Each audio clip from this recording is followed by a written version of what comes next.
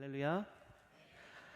제가 미국에 처음 왔을 때에는 이 장거리 여행을 하게 되면 꼭 트리플 A라는 곳에 들려야만 했습니다. 아마 미국에 좀 오신 분들은 기억하는 분들이 좀 계실 것입니다. 왜 그런 거 하니? 장거리 여행을 가기 위해서 그곳에 들리면 제가 어디부터 어디까지 갑니다라고 이야기를 해주면 이렇게 두꺼운 지도책을 줍니다. 그리고 형광펜으로 이렇게 표시를 해줬어요. 여기서 이 길을 따라가면 됩니다. 그럼 그 지도 끝에 보면은 여기가 가면 몇 페이지로 넘어가십시오 이렇게 써 있습니다. 그럼 운전 중에 돌려야 돼요. 그래서 이제 그 페이지에서 다시 시작을 해야 되는 겁니다. 저도 그렇게 장거리 여행을 몇 번 했던 기억이 있습니다. 그래도 그때는 내가 가고 싶은 곳이 어디인지, 내가 출발하는 곳이 어디인지, 내 여행의 목적이 무엇인지 굉장히 확실했던 때였던 것 같습니다. 그리고 어떤 길로 가야 그곳으로 가게 되는지 우리가 명확하게 알고 있었습니다. 그런데 요즘에는 예전과 같이 그렇게 지도를 뒤적이면서 여행을 할 필요가 굉장히 없어졌습니다. 모든 분들이 이제는 이 스마트폰을 보면서 이제 여행을 하고는 합니다. 그렇죠? 그래서 아무도 더 이상 차에 지도를 가지고 다니시는 분을 제가 최근 들어 본 적이 없는 것 같습니다. 이제는 그 스마트폰 하나만 있으면 어디든지 길을 안내해 주고요. 그뿐 아니라 가는 길 가운데 있는 맛있는 식당들, 가볼 만한 곳들, 관광지들, 하다못해 가스스테이션, 가스비 가격까지 다 나오는 것을 볼 수 있습니다. 그러니까 우리가 여행 준비를 하면서 이렇게 저렇게 보면 여기도 가봐야 되는구나, 저기도 가봐야 되는구나, 저 하이웨이 대신에 이 하이웨이를 타면 이곳에 들릴 수가 있구나, 내가 1시간만 조금 더 떨어진 곳에 가면 이렇게 새로운 곳이 또 있구나. 이렇게 계획을 세우다 보면은 우리 계획이 엉망진창이 될 때가 너무 많아요. 제가 가고 싶은 곳이 이곳이었는데 가는 도중에 이곳 저곳 들리다 보니까 결국에 제가 도착해서는 시간이 없는 거예요. 그래서 요즘에 그 여행을 조언해 주는 사람들은 여행의 목적과 용도에 맞게 인포메이션을 제한하십시오라고 권하기도 합니다. 오히려 정보를 제한해서 내가 가고 싶은 곳에서 해야 할 것들을 하는 것이 더 중요하다라고 이야기를 해주는 것입니다. 굳이 여행이 아니더라도 오늘 하루 스케줄을 짤 때에, 더 작게는 오늘 H마트 가서 장 보는 것을 계획할 때에도 내가 무언가 명확하게 해야 될 것을 알고 있으면 굉장히 편합니다. 그렇지 않으면 저같이 H마트에 가서 내가 오늘 뭘 사러 왔더라라고 고민을 하다가 쥐포하고 과자만 잔뜩 사갖고 돌아가는 거예요. 다시 말해서 일상적으로 일어나는 작은 일이든 아니면 우리 삶 가운데 특별하게 일어나는 일이든 그 상관없이 우리가 목표를 잘 설정하고 내가 어디에서 어디로 가는지를 명확하게 하는 것이 굉장히 중요하다라는 것입니다. 그렇다면 여러분들에게 한 가지 질문을 드리고자 합니다. 여러분들은 이 신앙생활을 하시면서 어떠한 꿈을 갖고 사십니까? 이 세상에 믿음의 싸움을 싸우면서 살아가시다가 이 순례의 여정이 끝나면, 아니면 혹은 그 전에 예수님께서 이 세상에 다시 돌아오셔서 내가 그 예수님 만나게 되면 어떠한 삶이 기다리고 있으실 것이라고 여러분들은 기대하고 계십니까? 아니면은 그 기대감이 있으십니까? 이것이 먼 훗날의 일 같겠지만 우리가 이것을 확실하게 알고 살아야 한다는 것입니다.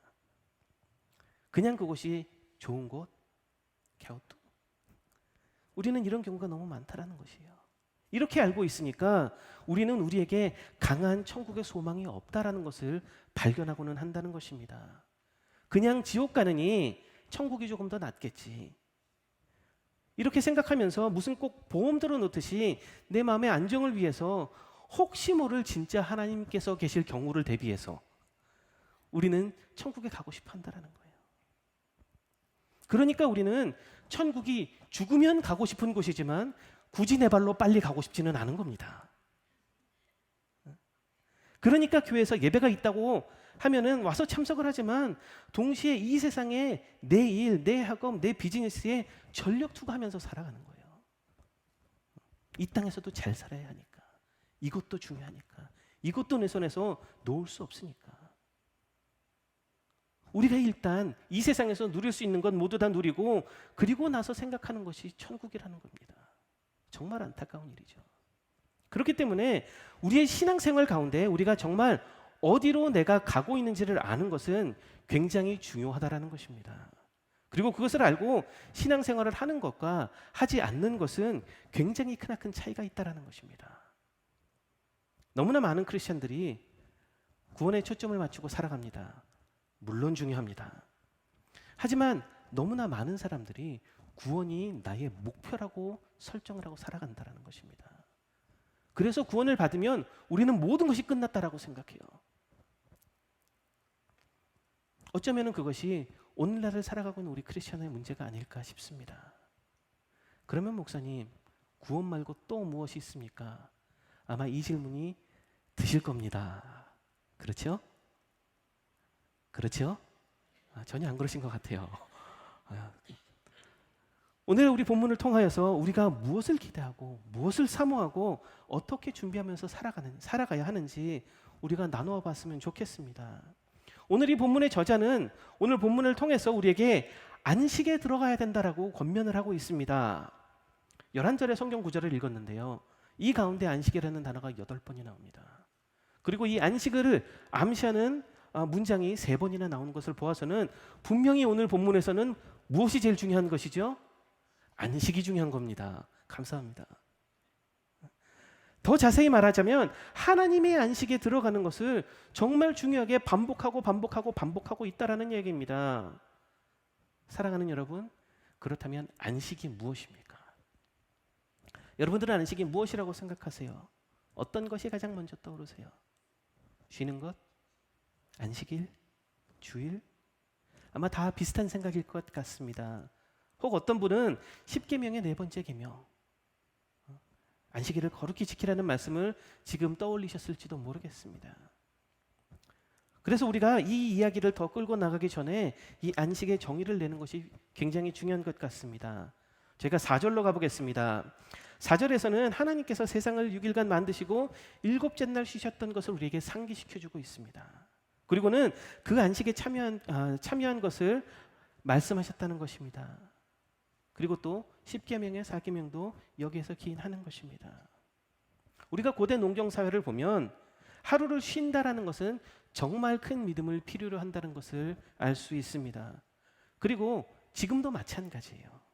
농사를 짓는 것을 보면 정말 하루도 쉬지 않고 부지런히 움직여야 합니다. 제가 고등학교 때 거창에 있었습니다. 그리고 주일날 거창보다 더 시골도 있더라고요. 그곳에 가서 아스팔트도 깔리지 않은 길을 버스를 타고 가서 아이들에게 성경 이야기를 나누고 찬송을 하고 예배를 드렸습니다. 아이들이 저희가 올 때를 정말 목 빠지게 기다립니다. 그들의 일상에 있어서 굉장히 특별한 일이었어요. 그런데 어느 시점이 되면 이 아이들이 싹 없어져요. 언제냐? 모내기 시즌입니다. 모내기 시즌이 되면 할아버지, 할머니, 아이들 할 것 없이 다 어디 나가 있어요? 모내기 하러 나가 있는 거예요. 거기에 아침부터 저녁까지 매달려서 모를 심습니다. 그러면 저희도 그날은 주일날 가서 바지 걸어 올리고 모 심는 데 달겨들어 같이 모를 심었습니다. 그리고 점심시간이 되면 잠깐 짬을 내어서 같이 예배를 드립니다.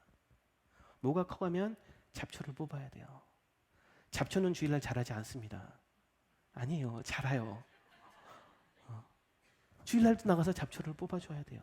가물면 물을 대어줘야 돼요. 정말 하루하루 중요한 날들이 이어집니다. 언제까지요? 추수할 때까지요.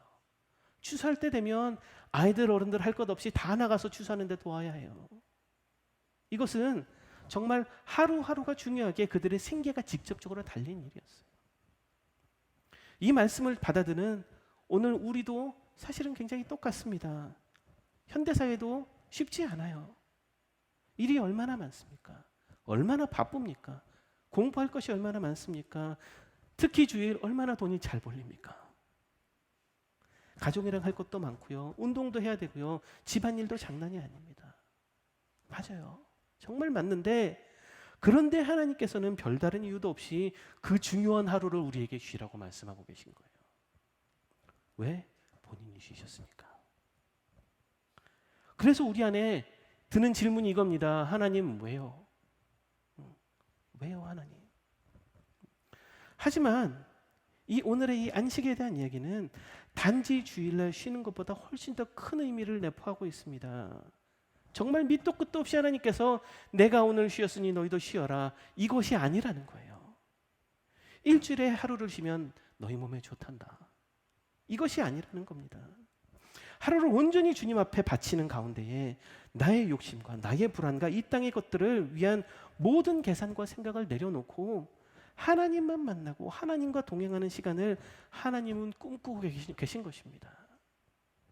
그랬을 때에 우리가 하나님의 안식에 들어갈 수 있다라고 저자는 이야기합니다.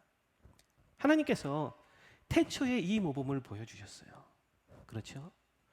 광야를 걷고 있는 이스라엘 백성에게는 구름 기둥 아래의 쉼으로 다가와 주셨습니다. 방황하고 있던 이스라엘 백성에게는 적과 꿀이 흐르는 땅으로 다가와 주셨고요. 다윗에게는 그의 고된 마음을 피할 곳으로 다가와 주셨고요. 히브리서 저자와 복음을 받은 오늘 우리에게는 구원받은 우리가 이 죄된 세상을 떠나서 하나님과 함께하는 것, 내 영육혼이 하나님의 지으신 그 모습 그대로 회복되어져 가는 것, 하나님과의 끊어진 관계가 다시금 회복되는 것, 이 모든 것을 합쳐서 저자는 하나님께서 우리에게 베풀어 주시는 안식이다 라고 말씀을 하고 계신 겁니다.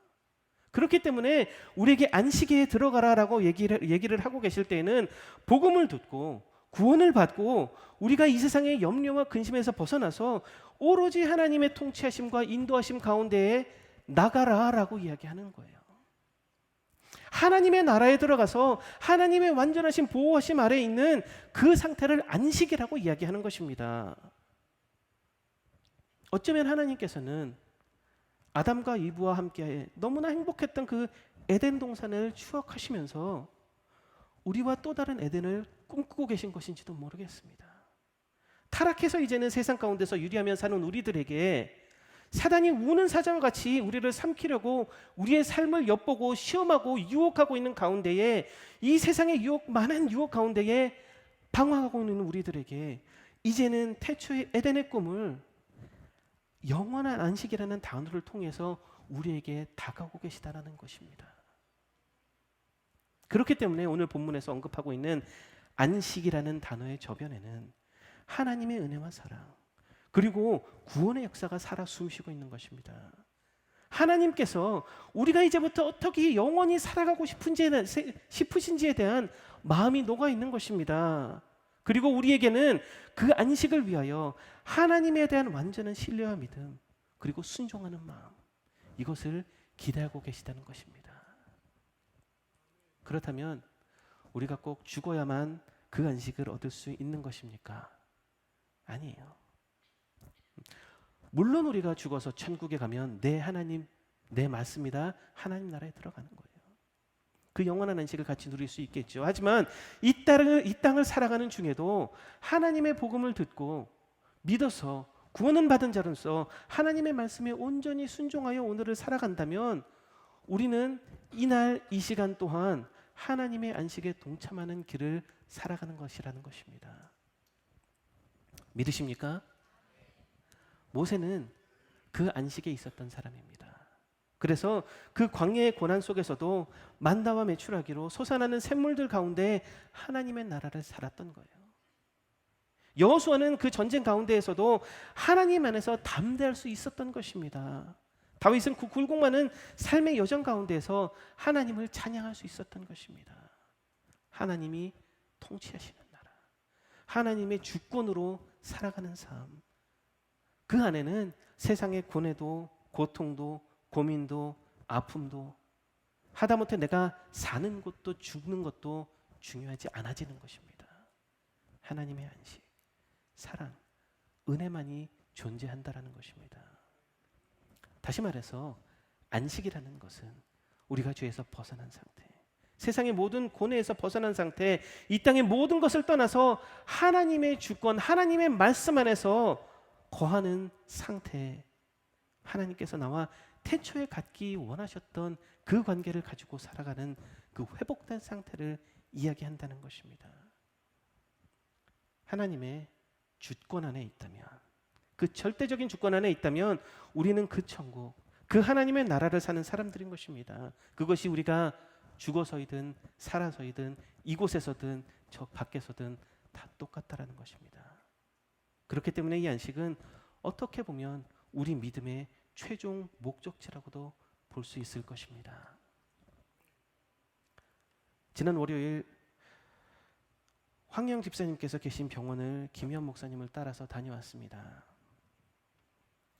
병상에 누우셔서 거친 숨을 쉬시는데도 김현 목사님께서 전하시는 말씀에 얼마나 힘차게 아멘을 외치시던지, 어쩌면 저라면 왜 나에게 이런 시련을 주시는지, 왜 이런 아픔을 주시는지 원망할 법도 한데 그 힘찬 아멘 소리가 아직도 제 마음속에 깊이 박혀 있습니다. 이미 황희연 집사님은 그날 그때 하나님 나라의 백성이었고 하나님의 그 영원한 안식에 거하고 계셨던 것이라고 저는 믿습니다. 그리고 지금 하나님 아버지의 품에 안겨서 어쩌면 오히려 저희를 불쌍히 바라보고 계실지도 모르겠습니다. 혹시 관계 때문에 힘드십니까? 혹시 사업이 잘 풀리지 않으십니까? 학업이 어렵습니까? 자녀들이 속을 썩입니까? 직장이 구해지지 않으십니까? 건강이 좋지 않으십니까? 죄송하지만 그러면 어떻습니까? 내 안에 하나님만 살아계시면 되죠. 내 안에 하나님만 살아계시면 되죠. 하나님의 나라에 들어가는 그 순간 내 안에 그 모든 것들은 정말 아무것도 중요하지 않아지는 것입니다. 정말 절대적인 것이 내 안에 들어올 때 나의 삶의 다른 모든 것들은 중요하지 않아지는 것입니다. 제 딸 영은이가 목숨을 걸고 구구단을 외우고 있습니다. 3단을 외우고 있어요. 아직 멀리 가지 않았어요. 하루에 온종일 일과 중에 가장 중요한 것이 뭐죠? 3단이에요. 혹시 여러분들 중에 3단이 삶의 중심인 분이 여기 또 계십니까? 계세요? 왜 안 그렇죠? 그거 엄청 중요한 건데요. 왜냐하면 저희는 이미 다른 차원에 살고 있는 사람이기 때문에 그래요. 우리는 이미 그 단계를 벗어난 사람이기 때문에 그래요. 이 세상 가운데 어떠한 상황 속에 계시더라도 우리는 그 또한 초월하여서 하나님의 나라로 들어가야 한다는 것입니다. 나의 자존심, 그게 뭐가 그렇게 중요합니까? 그냥 먼저 미안하다고 하면 되죠. 직장 좀 안 좋은 데 가면 되죠. 공부 조금 열심히 해보고 안 되면 좀 못하면 되죠. 돈이 없으면 조금 작은 집에서 조금 작은 차 타고 다니면 되죠. 우리가 내려놓지 않으면 안식에 들어갈 수 없습니다. 왜 하나님 뜻대로 살기 힘듭니까? 내 두 손에 무언가 가득 쥐고 있기 때문에 그래요. 내가 포기 못하는 이 땅의 것들이 있기 때문에 우리는 그 안식에 못 들어가는 겁니다. 우리는 그 하나님의 말씀을 따라서 살 수가 없는 거예요. 왜? 이 양손에 찬 것들 때문에 이것이 족쇄가 되어서 우리는 나아갈 수 없다는 것입니다. 우리 안에 하나님의 주권을 받아들이십시오. 그러면 중요하지 않아집니다. 하나님께서 말씀하십니다. 내가 다 책임질게. 수고하고 무거운 짐진 자들아 다 내게로 오라. 내가 너희를 쉬게 하리라. 이 약속을 우리에게 해주시고 계신 거예요. 준서가 내가 책임질게. 일단 와. 일단 와. 오면 내가 해결해 줄게. 사랑하는 성도 여러분, 이 안식을 사모하시기 바랍니다.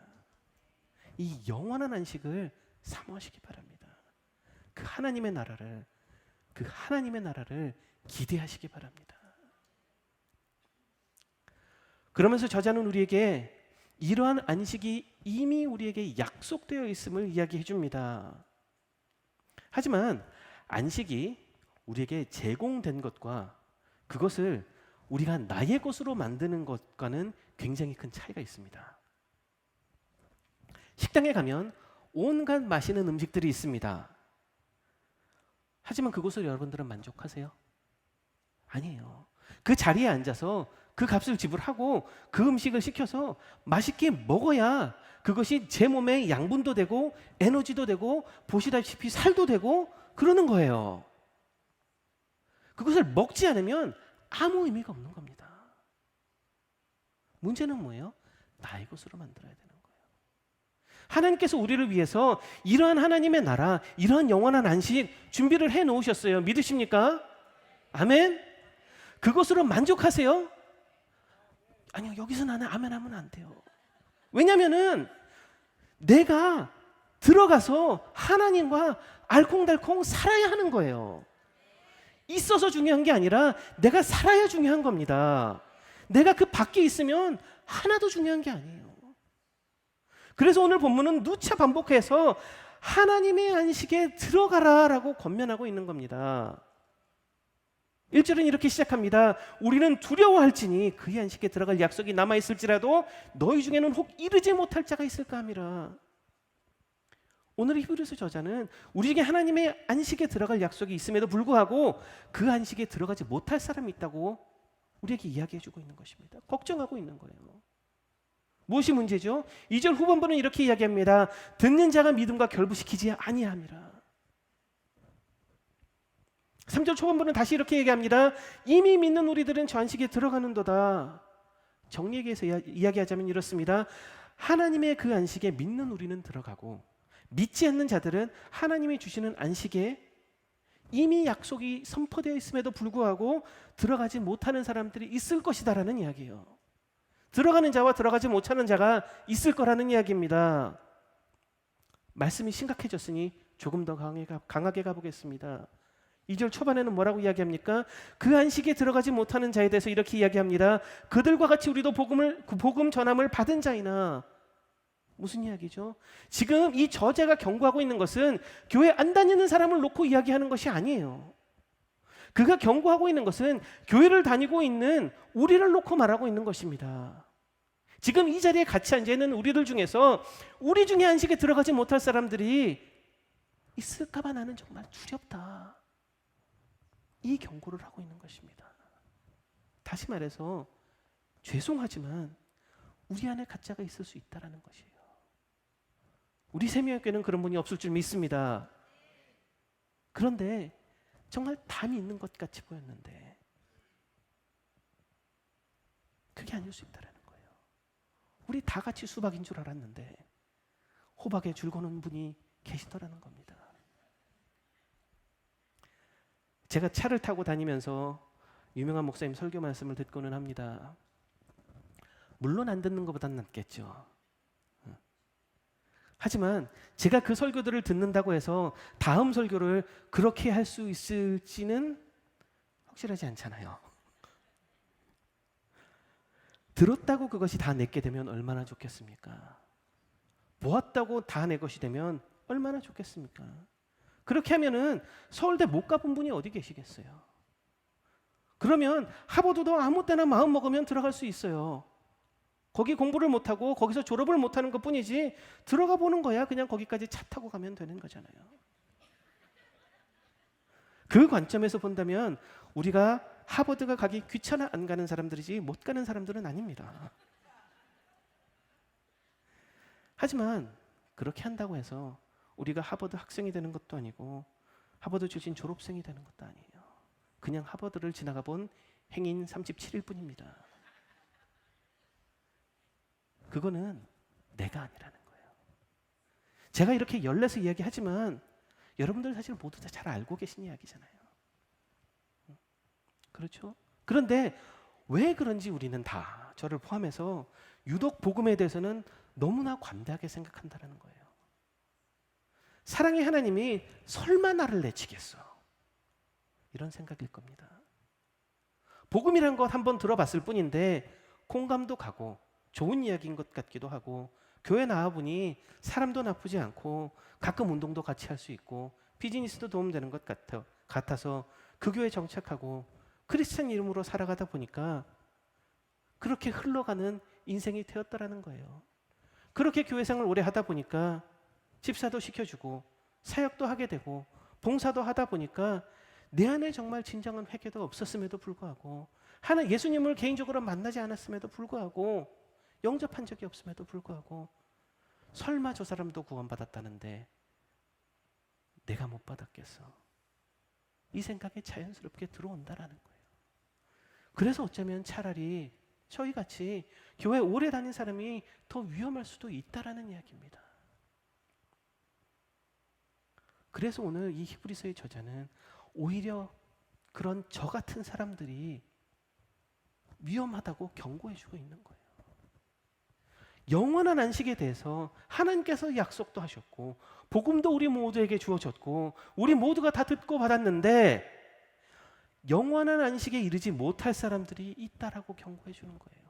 그리고 그 이유는 복음을 믿음과 결부시키지 않아서라는 겁니다. 못해서가 아니에요. 저자는 하나님의 안식에 들어가지 못할 것을 경고하면서 우리의 믿음과 직접적인 연관이 있다라고 이야기를 해주는 것입니다. 우리는 이 인식, 하나님의 나라 혹은 구원에 대해서는 정말 많이 들어왔습니다. 정말로 많이 강조해 왔습니다. 우리가 구원 받아야 합니다. 그렇죠? 그래야 천국에 들어갈 수 있어요. 이 말을 얼마나 많이 들어왔습니까? 물론 구원 중요합니다. 우리가 구원받고 영원한 안식에 들어가는 것, 물론 그것이 가장 1차적으로 이루어져야 할 일입니다. 그렇죠? 하지만 우리가 구원에 너무 집중하다 보니 그 구원에 이르는 믿음을 너무 쉽게 생각해 버렸더라는 거예요. 구원이요, 정말 중요한데 또 사실 그렇지가 않습니다. 혹시 여러분 집을 사보신 적이 있으십니까? 아니면 뭐 집을 렌트해 보신 적이 있으십니까? 뭐 기숙사를 렌트해 보신 적이 있으십니까? 다 똑같습니다. 마음에 드는 곳을 고르고요, 계약서에 사인을 하고요, 그 값을 치르고요, 마지막에 무엇을 받죠? 열쇠를 받습니다. 그러면은 이 모든 프로세스가 끝이 나는 거예요. 사랑하는 여러분, 구원은 그 키와 같은 겁니다. 아무도 그 키를 받아 들고서요 옛날 집으로 돌아가서 살지 않습니다. 그 키를 액자에 넣어두고요, 내가 이러한 키가 있다고 다른 사람에게 자랑하지 않습니다. 그 키를 받아들였으면 어떻게 해야 되는 거죠? 그 집을 찾아가서요, 그 집 문을 열고서 그곳에 들어가서 그 집을 살아야 하는 거예요. 나의 가구도 집어넣고요, 색칠이 아니죠, 페인트칠도 하고요, 나의 행복한 스윗홈 그곳에 들어가서 살아야 하는 거예요. 우리가 구원을 받았으면 그곳으로 복음을 듣고 주님의 나의 구주로 영접하고 구원을 받았으면 당연히 그 안식 가운데 들어가야 되는 것입니다. 주님의 주권 안으로 걸어 들어가서 그 나라의 백성으로 살아야 한다라는 것입니다. 우리 초대교회 역사를 보면 정말 본인도 못 먹고 못 사는데 가진 것 다 팔아서 본인보다 못한 사람들을 도와줬던 사람들을 봅니다. 정말 말 그대로 그들은 그들의 이웃을 자기와 같이 사랑했어요. 말씀을 말 그대로 삶 가운데서 실천에 옮겨서 살았던 사람들인 겁니다. 상황을 보면 그 사람들도 구제받아야 되는 사람들인데, 상황을 보면 그들도 도망 다니고 있는 사람들인데, 상황을 보면 이 사람이 다른 사람 돕는 거 불가능한데 하나님 말씀 믿으니까 나의 것이 안 중요해지더라는 거예요. 믿는다는 것은, 믿음이라는 것은 절대 수동적인 단어가 아닙니다. 믿음은 액션입니다. 누군가 말하는 것에 대해서 고개 한번 끄덕였다고 그것이 믿는 것이 되는 게 아니에요. 적극적으로 그 말씀을 따라 사는 삶, 삶으로 내가 드러내는 삶, 그 말씀을 삶으로 보이는 삶을 살 때에 비로소 나는 그 믿는 삶을 살게 된다는 것입니다. 그 고개 끄덕임에서 시작하는 것이 믿음이지만 동시에 거기에서 발전해서 나의 삶을 송두리째 바꾸고 내 주변의 삶을 송두리째 바꾸는 것이 믿음의 삶의 실체이자 힘인 것입니다. 믿으십니까? 그렇다면 우리의 삶에 그 믿음을 보여줄 수 있어야 합니다. 우리가 예수 그리스도를 믿고 크리스천이 되었다면 우리는 우리의 삶이 성경을 즐거워하는 삶으로 살아야 한다는 거예요. 내 삶의 현재 모습을 볼 때에 사람들은 성경에서 말하는 하나님의 사랑과 하나님의 은혜와 하나님의 마음과 하나님의 능력과 하나님의 영광을 볼 수 있어야 한다는 것입니다. 세상 사람들이 볼 때에 저 사람은 저 환경에서 정말 실족할 법도 한데 어떻게 저 사람은 하나님만 바라보고 서 있다라는 겁니다. 저 사람은 저렇게 손해를 보면 화가 날 법도 한데 더 크게 베풀고 있더라는 거예요. 저 사람은 저렇게 잘해주고도 욕을 그렇게 먹었으면 포기할 법도 한데 그만둘 법도 한데 끊임없이 찾아가서 하나님의 사람으로 복음을 전하더라는 겁니다. 저 사람은 너무나 일이 잘 풀려서 자신감이 넘쳐서 자만할 법도 한데 정말 계속해서 겸손히 하나님께 영광 돌리더라는 겁니다. 저 사람은 이제는 다른 사람 도와주는 것 멈출 법도 한데 내 손해가 막심한데 하나님의 사랑을 계속해서 전하고 나누더라는 겁니다. 저 사람은 이제 포기할 법도 한데 그래도 만면의 웃음 띠고 찾아와서 내 삶의 역사하시는 하나님을 증거하더라는 겁니다. 우리의 삶 가운데 그렇게 하나님의 영광이 살아서 우리 머리 위에 쉐키나의 불꽃으로 성령의 불꽃으로 이글이글 타고 있는 그 믿음의 삶으로 우리는 살아야 한다는 것입니다. 그러한 여러분들 되시기를 주님의 이름으로 축원합니다. 영원한 안식과 영원한 형벌이 나누는 그 순간에 여러분들은 어디에 서시겠습니까? 살아있는 믿음으로 구원에 이르는 여러분들 되시기를 소망합니다. 그런데 그것이 믿음의 삶의 끝이 아니에요. 더 있어요. 너무 좋아하시는데 더 있습니다. 오늘 본문을 보면 너만 하나님의 안식에 들어가서 잘 먹고 잘 살아라라고 이야기하고 있지 않습니다. 항상 뭐라고 이야기하죠? 너희가 라고 이야기하고 있어요. 너희가 그 안식에 들어가야 된다고 얘기합니다. 너희 세미한 공동체가 다 그 안식에 들어가야 한다라는 것입니다. 그렇기 때문에 우리는 말씀에 순종함으로 그 말씀을 전해야 할 사명이 있는 것입니다. 우리 옆에 앉아 계신 분 손에 손 붙잡고 함께 예배로 나가야 할 필요가 있다라는 것입니다. 함께 실족치 아니하고 그 안식에 들어가야 한다라는 것이에요. 나만 잘 되는 것이 아니라 우리가 하나님 앞에 서서 함께 나아가는 것이 우리 크리스찬의 사명인 것입니다. 요즘에 어떤 예능 프로그램들을 보면 심한 벌칙을 정해놓고요, 나만 아니면 괜찮으시게 진행을 하는 것을 볼 수 있습니다. 이것이 우리 세상 사는 모습이에요. 나만 피해 입지 않으면, 나만 어렵지 않으면, 나만 성가지지 않으면, 나만 손해보지 않으면 우리 주위에 무슨 일이 일어나도 우리는 아무렇지도 않을 수 있습니다. 우리 주위에 다른 사람의 불행을 웃어 넘길 수 있어요. 하지만 우리는 다르다는 거예요. 우리는 달라야 한다는 거예요. 하나님은 우리에게 그렇게 말씀하고 계시지 않으세요. 성경에서는 왜 그렇게 공동체를 강조하죠? 우리에게 필요하니까 그래요. 우리가 연약한 줄 아시고 우리가 넘어질 줄 아시고 그 도와줄 장치를 심어놓은 거예요. 내가 혼자 서려고 한다면 우리는 넘어질 수밖에 없습니다. 우리는 너무 쉽게 넘어지고 유혹당하고 실패해요. 그것이 우리의 인생이에요. 다 해보셨잖아요. 하지만 눈을 감고 생각해 보십시오. 우리가 어려웠을 때에, 우리가 힘들었을 때에, 내가 넘어지고 상처받고 쓰러져 있을 때에 우리를 위해 기도해 준 신앙의 선배들이 있더라는 것입니다. 우리를 위해서 기도해 준 우리의 가족이 있더라는 거예요. 나의 구원 또한 누군가의 기도와 누군가의 희생과 누군가의 노력으로 있었던 것입니다. 그렇다면 구원받고 영원한 안식을 약속받은 사람으로서, 빚진 자로서 예전에 나 같은 사람을 위하여 우리 또한 함께 살아야 한다는 것입니다. 그것이 우리 삶의 현장에서 일어나야 하는 일이고, 삶의 현장에서 일어나는 그 일로 내 믿음의 증거가 되어야 한다는 것입니다. 오늘의 말씀을 정리해 보고자 합니다. 찬양팀 올라와 주시고요. 하나님께서는 아담의 범죄 이래 죄악 가운데서 방황하고 고통받고 있는 우리의 회복을 원하셨습니다. 그래서 예수 그리스도를 우리에게 보내주신 것이고요, 그 십자가의 대속의 죽음으로 우리는 다시금 하나님께서 주시는 영원한 안식으로 들어갈 수 있게 되었습니다.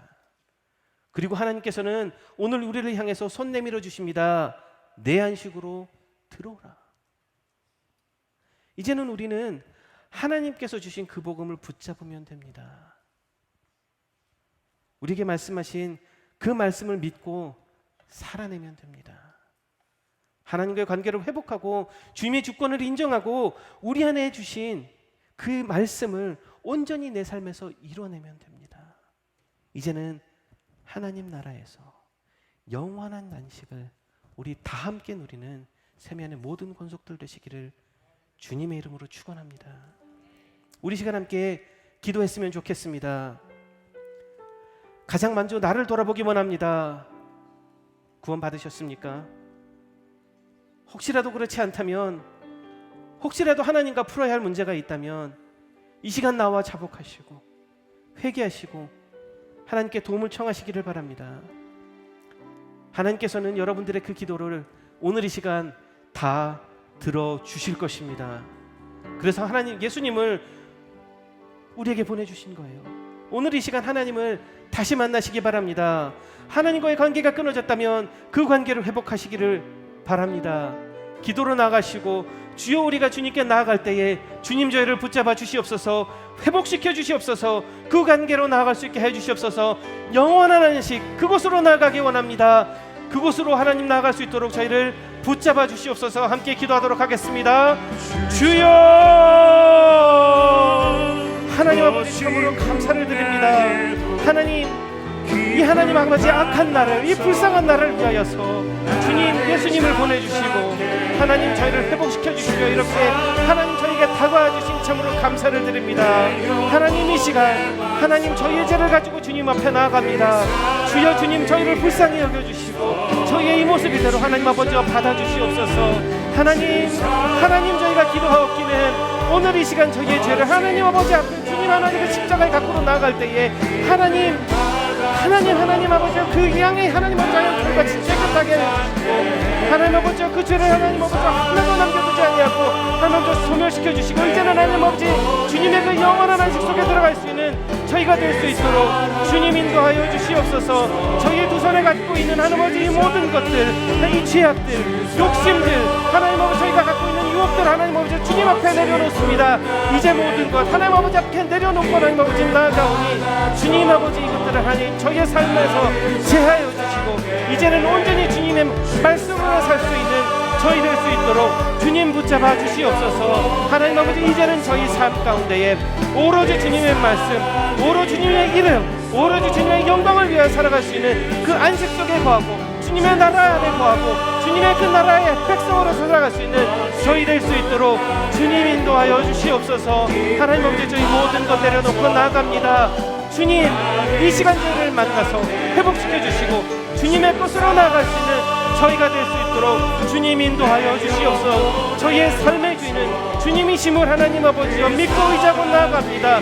내 모든 것 내려놓고 주님 앞에 나아갈 때에 저희를 붙잡아 주시고 저희의 반석 되어 주시고 주님의 사랑으로 저희를 감싸 주시옵소서. 저희의 모든 것 되어 주시고 저희의 기쁨 되어 주시고 저희의 영광 되어 주시고 저희의 주인 되어 주시옵소서. 저희 하나님 아버지 오늘 기도하는 이 기도 제목 하나도 땅에 떨어지지 않고 주님 앞에 상달되어 주님 만나고 돌아갈 수 있도록 주님 아버지 인도하여 주시옵소서. 저희 함께 찬양합니다. 내가 주인 삼은 모든 것 내려놓고, 내가 주인 삼은 모든 것 내려놓고 내 주 대신 주 앞에 나가 내가 사랑했던 모든 것 내려놓고 주님만 사랑해. 주 사랑 거친 풍랑에도 주 사랑 거친 풍랑에도 깊은 바다처럼 나를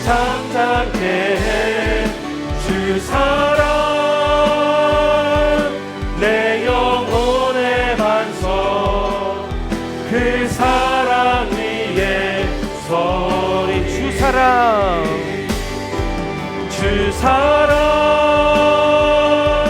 거친 풍랑에도 깊은 바다처럼 나를 잔잔케